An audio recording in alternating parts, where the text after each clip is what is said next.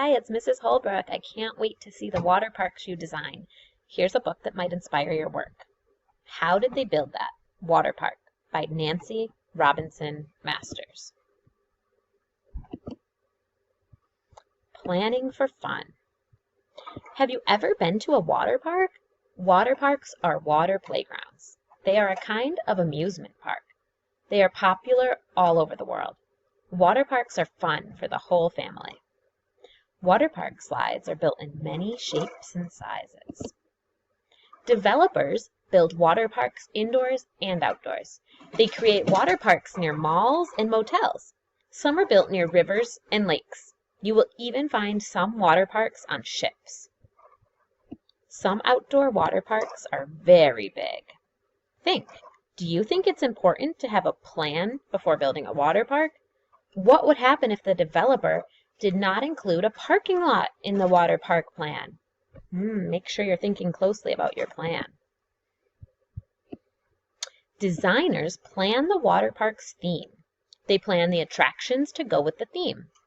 Water slides and splash pools are two main attractions. Inner tube river rides are popular too.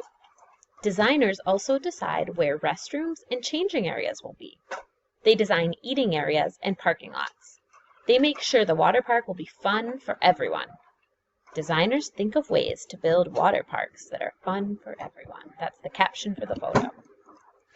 Engineers study the plans. They use math and science skills. They have to be sure the attractions are the right shapes and sizes. Engineers make sure the attractions meet building codes for safety. And here's the caption for this photograph. It says, engineers make sure water park attractions will be safe. Our heading says pipes and pumps. What is the most important water park attraction? Water. Big water parks use millions of gallons of water. Workers lay large pipes to bring the water to the building site. They lay smaller pipes through the water park. Pumps push water through the smaller pipes to the attractions.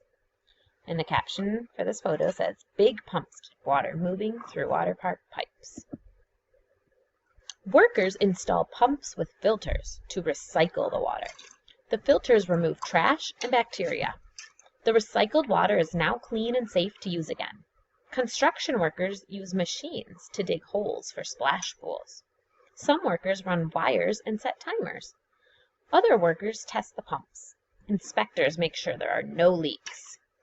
Over here it says, plan your own backyard water park. What can you use to create a water attraction? Be sure it is safe and fun.